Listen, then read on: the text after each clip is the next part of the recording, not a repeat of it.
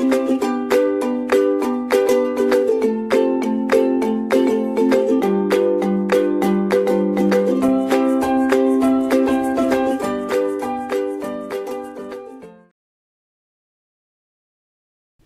everyone, welcome to online lecture series of electronic devices.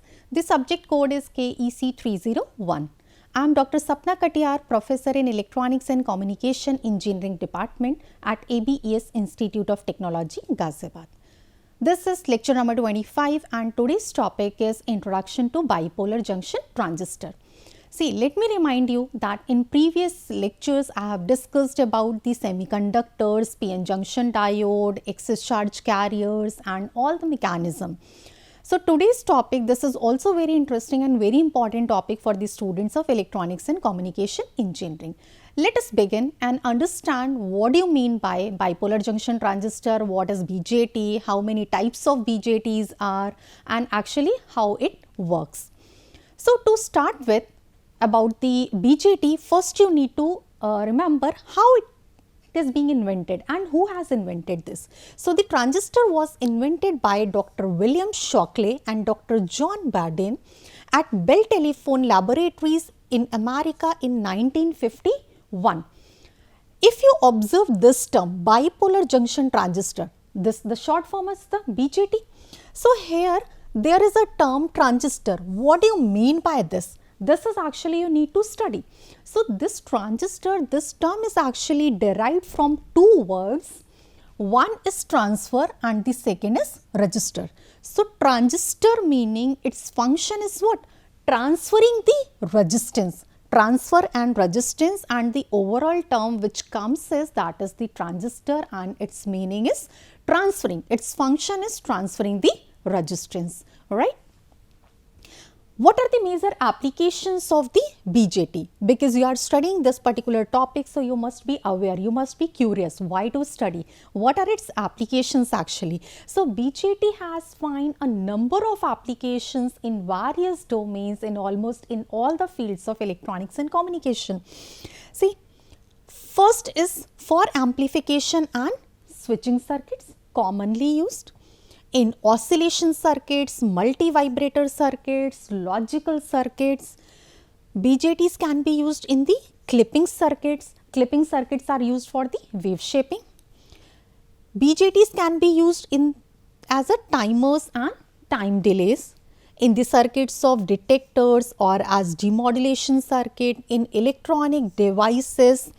Like you use many electronic devices which are mobile phones, television, radio transmitters, industrial controls. So these are the number of applications of the BJTs.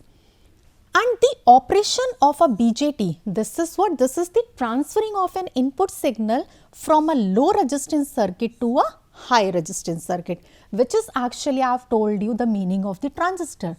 Transfer resistance.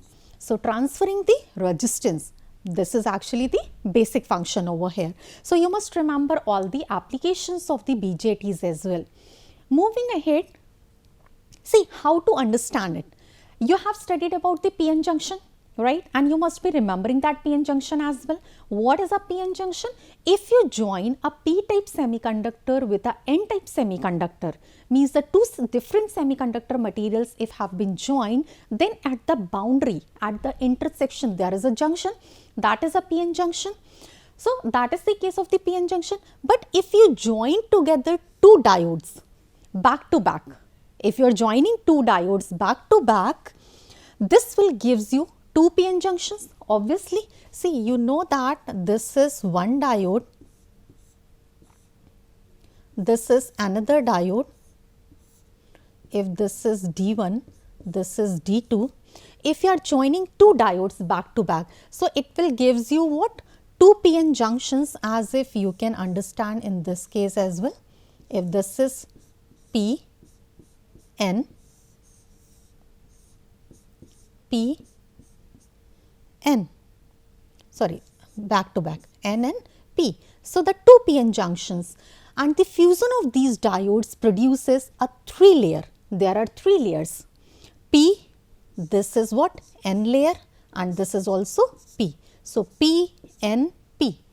Three layer two junction and three terminal device. You must remember it. As if diode, PN junction diode is a two terminal device. But in this case, you can observe that this is a three layer P, two diodes you are connecting back to back. So, PNNP means three layers PNP, two PN junctions and three terminal device. That is actually the BJT. And the BJT transistor, it is also known as in short BJT or BJT transistor. In some of the places you may find a term BJT or BJT transistor or bipolar junction transistor. So, nothing to worry, all are the same terms, similar terms. So, the basic transistor principle is what? Voltage between the two terminals controls the current through the third terminal, right. I will be telling you how the transistor configurations can be like design and how many possible types of configurations. So, you will be able to understand these terms. Current in the transistor, see you are finding this term bipolar. What do you mean by this term bipolar? In case of transistor, you can find, you will be able to visualize that here the current conduction is because of two types of charge carriers. One is holes and one is electrons. That is why it is known as a bipolar, because of the flow of both electrons and holes. And when we are talking about the three layers, as I have shown you, the three layers are what? PNP or NPN. These are the three possible layers. So, three terminals, and since there are three terminals, so the three terminals are known as ammeter, base and collector. So, transistor is having three terminals and the name of these three terminals are ammeter, base and collector. But if you have to draw the transistor, how to draw it? See, ammeter, base and collector, it is very easy to recall that ammeter and collectors are the outer terminal. Any one side it can be placed, and the base is the center one. This is the base, this is ammeter, this is collector. Ammeter can be designed on the right hand side, collector can be designed on the left hand side, but their functions cannot be interchanged. You must remember this point. The function of ammeter and collector cannot be interchanged. See, what is the function of the ammeter? The function of the ammeter to emit the charge carriers. This ammeter will emit the charge carriers, and the doping of ammeter, if we talk about in terms of doping, then the doping of ammeter is kept high among these three. So, the doping of ammeter must be kept high in comparison to the collector, and collector ki doping it must be higher than the base. Why the doping of ammeter must be kept high? Because the function of ammeter is to emit the charge carriers. So, higher the doping, higher the number of charge carriers. But if we talk about the physical area, so the physical area will be higher in case of collector. The physical area, this particular area will be higher for the collector. Why? Because collector has to collect all the charge carriers which are emitted from the ammeter. All means majority of charge carriers which have not undergone into a recombination process. So, collector will be capable to collect majority of the charge carriers which are emitted from the base and which are emitted from the ammeter, and they are capable of passing this base region. So, collector will be dissipating more power, that is why the physical area of collector will be higher in comparison to the ammeter and in comparison to the base. Base is the very narrow region, very thin region, and the doping is also kept very less. Since the doping of base is very less, so in this particular region, very nominal amount of charge carriers will exist. If we talk about NPN, if P type semiconductor is used for the designing of this base, it means here the majority charge carriers will be holes. N type semiconductor is used for the ammeter and collector, so here the majority charge carriers will be electrons. So the concentration of electrons in emitter will be very, very high. When these electrons will be moving and they will be able to reach to the collector, they will cross the base. But there are some available holes. So some of the charge carriers which are emitted from emitter, they will recombine over here and rest will be deposited by the, rest will be collected by the collector. So this is how you can understand the three reasons, emitter, base and collector, and you must remember that the function of collector and emitter cannot be interchanged. Now let us discuss about the transistor structures. There are two possible types of transistor structures, one is NPN, other is PNP. NPN means you can observe here P is common, means you are connecting two diodes back to back, and that is why these two types of transistor configurations are possible. How to understand this? If we talk about the NPN transistor, you can see NPN transistor means emitter and collectors are made from N-type semiconductors and base is from P-type. So here you can observe this is NP, this is one diode, can be represented, it is represented in this particular manner, N negative terminal, P this is, and the second is this diode PN. So this is how D1 and D2 diodes are connected back to back. So this is the NPN transistor, means emitter and collector from N. This is the symbolic representation for NPN transistor.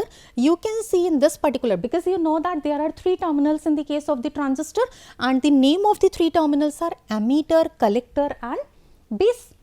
So you can see emitter, collector and base. Here arrow is outward, means this arrow indicates the direction of conventional flow of current, and in case of NPN transistor, current flows from base to emitter.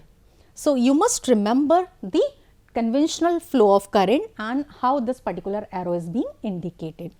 Now let us discuss about the other type of transistor, which is the PNP.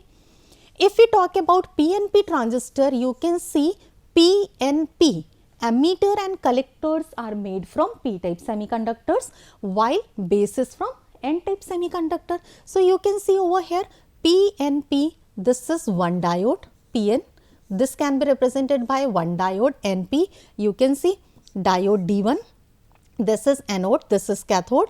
For diode D2, this is cathode, this is anode. So two diodes connected back to back. And this is the symbolic representation for the PNP transistor. Again, the three terminals you must remember, emitter, base and collector, but here you can see the arrow is inward. This particular arrow is inward. So this arrow also, this arrow indicates the direction of conventional flow of current, and here the current flows from emitter to base. So while designing the circuits, when you have to draw the circuits, you must use the symbolic representations. So you must remember all of these things, how NPN transistor is being drawn, how PNP transistors can be drawn over here, right? Now let us discuss about the reason of operation. See, transistor you can understand, you can represent with its symbol itself, but when you have to connect it any circuit in any electronic circuit, then you must understand, because there are three terminals, any possible combinations, and how this particular transistor is going to operate, what is the reason of operation, you must also remember. So there are majorly three reasons of operation, in actual four depending upon the biasing, but there are three operating reasons. First is the active reason. In most of the cases, transistor operates in active region wherever it is being used as an amplifier. So transistor will act as an amplifier if and only if it is in the active region of the operation. Second is the saturation region. Transistor is fully on. Saturation means it is being saturated, it is being fully on as a switch, and now the collector current is equal to the saturation one. See, you can see in this particular case, as if I have told you the active region, here you can see IC is the collector current, IB is the base current, this is IE is the emitter current. In the saturation region, you can see base, this particular terminal is open circuit, here base current is 0, so the collector current is equal to the ammeter current. This is the saturation mode. And the third reason of operation is the cutoff reason. Cutoff reason means transistor is fully off. In saturation region, transistor is fully on, while in cutoff region, transistor is fully off. And when the transistor is fully off means it is not able to conduct. Now you can see fully off means there is no flow of current, base current is 0, collector current is 0, ammeter current is also 0. So this is the third mode, which is the cutoff region, right. So these are the three possible reasons of the operation in case of the transistor. But now there must be a query in your mind, when the transistor is being connected in any electronic circuitry and there is a requirement of biasing, then how the batteries need to be connected. In case of the PN junction diode, the two possible modes were very easy, forward biasing, reverse biasing. But here how to connect it? Because here there are three terminals, ammeter, base and collector. What is biasing? Biasing is the addition of an external battery, DC battery, that is the biasing. So in case of BJT, bipolar junction transistor, there are four possible ways in which the batteries can be connected and transistor can work. See, since there are three terminals, you can see ammeter, base and collector. So you can take one terminal which is common to the remaining of two, and accordingly it can work. So here if you see, if you observe, base terminal is made common, then there are base collector, base ammeter, or simply you just try to recall till this particular point, as I have told you that there are two PN junctions. In case of transistor, there are two PN junction. So for each and every junction there is a requirement of the biasing. So how to connect the battery? See, ammeter base junction, collector base junction, if the base is being made common. When ammeter base junction, this is forward biased, collector base junction is the forward biased, means when both the PN junctions are forward biased, then transistor will be in the saturation mode, and in the saturation mode it will be in completely on state, fully on, and collector current will be equal to the ammeter current. Second, when ammeter base junction is forward biased, collector base junction is reverse bias, it is in the active mode of the operation. In the active mode of the operation, it will act as an amplifier. Third is the case when ammeter base junction is reverse bias, collector base junction is the forward bias, then inverted. Inversion, as if it was operating in the active mode, the inverse operation will be performed in the case of the inverted mode. And the fourth condition is when ammeter base junction is reverse bias, collector base junction is reverse bias, both the junctions are reverse bias, then it is in the cutoff mode. In cutoff mode, transistor is fully off. There is no flow of current, transistor is not conducting, so that is the cutoff mode. So in most of the cases, you will find that transistor will work as an amplifier, and you have to apply the batteries in such a manner that it must work in the active region. So you must remember that ammeter base junction must be forward biased and collector base junction must be reverse biased, right? Now transistor configurations. When we talk about the configuration, how to design it, transistor configurations. So before starting this transistor configuration, just try to recall, transistor is having two PN junctions, three terminals are there, ammeter, base and collector. So when you are going to draw the transistor configuration, means you have to apply in that particular circuit across that particular transistor, you have to give input, you have to take output. So out in between which terminal input is being given, in between which terminal output is being taken out, you must be curious about among all these three terminals, how to design it. So there are three possible ways in which transistor can be connected in any electronic circuit with one terminal being common to both the input and output.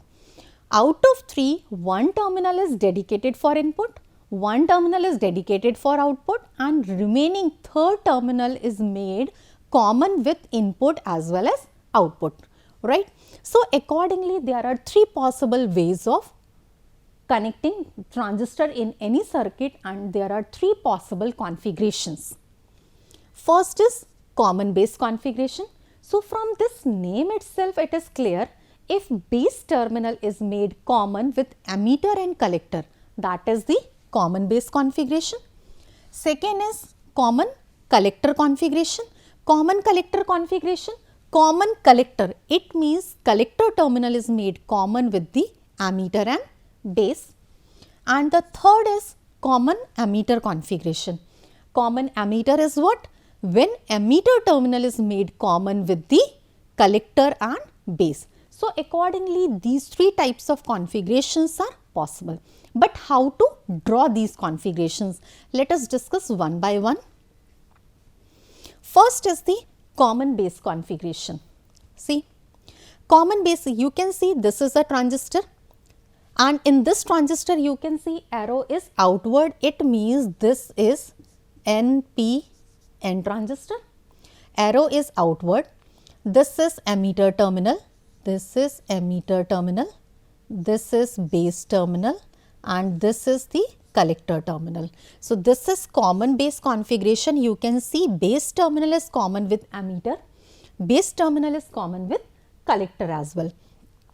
See, and this is a NPN transistor. So, here you can see the direction of conventional flow of current is what? This arrow indicates direction of conventional flow of current is from base to emitter, right. Now, since base is common, so this is why this is known as a common base configuration. Now, you see how the batteries need to be connected. This emitter and collector, these are made from the N-type semiconductor materials, and base is from P, this is NPN. You can see N terminal, N-type semiconductor, this type is connected with the negative terminal of the battery, and base, this is connected with the positive terminal of the battery. Since N is connected with negative terminal of battery, P base which is made from B type semiconductor, it is connected with the positive terminal of the battery. So, this battery VEB, this forward bias the emitter base junction, right. Now, let us talk about VCB, this battery. Here you can see collector is made from N-type semiconductor, but this is connected with the positive terminal of the battery. Here at the collector, what is the function of the collector? The function of the collector is to collect the charge carriers which are emitted from the emitter, and here the charge carriers are what? Charge carriers are electrons in the case of NPN transistor. So, electrons which are collected by the collector, they will be attracted and they will be moving out from this way. It means the direction of flow of electron is from left to right, and the direction of conventional flow of current is always opposite to the direction of movement of electrons. So, when the electrons are moving from emitter to collector, means from left to right, so the current will flow from right to left. That is why the arrow is also mentioned. And this battery reverse bias the collector base terminal. This is how this is forward biased, this is second one is the reverse bias, and the transistor will work in the active region, right. So, the transistor will work in the active region over here. In this particular manner, common base configuration can be drawn. Now, let us discuss about the second configuration, which is the common collector configuration. Common collector configuration. See, this is a NPN transistor, as I have told you. This is base terminal, this is collector terminal, this one is emitter terminal. You can see here collector terminal is made common with base and emitter. Input is being applied in between base and collector, output is being taken in between emitter and collector. Since collector is common with base and emitter, that is why this is known as a common collector configuration. So just you have to focus in which particular manner you have to connect the like transistor, and accordingly that particular operation can be explained by you. Now the third possible configuration where ammeter terminal is made common with the base and collector, that is known as a common ammeter configuration. See, common ammeter configuration. In this common ammeter configuration, this is the ammeter terminal, this is base terminal, this is collector. Here you can see ammeter is common with the base and collector. In between base and ammeter, input is being given. In between collector and ammeter, output can be taken out. So ammeter is common. That is why this is known as a common ammeter configuration, right? And one very important thing, you have studied the three different configuration. You have studied about common base configuration, common collector configuration, common ammeter configuration. See, common base, common collector and common ammeter configuration. Three configurations you have studied. Out of these three, common ammeter configuration is widely used.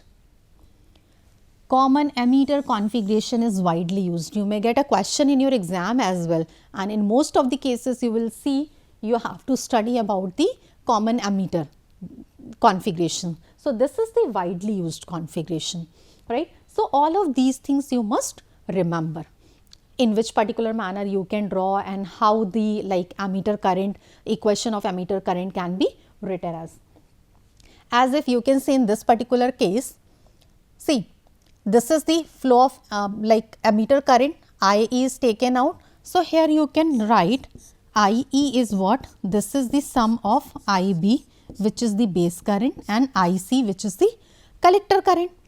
And you know that the base region is very thin and lightly doped, right? Doping of ammeter is high, doping of collector is less than ammeter but greater than base. Since base region is very thin and very lightly doped, so the amount of this base current, this is also very small.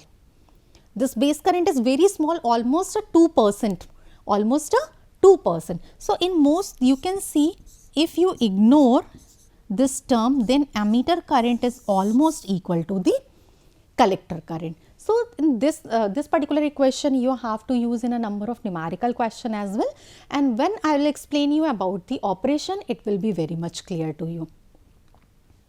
Thank you so much for watching this.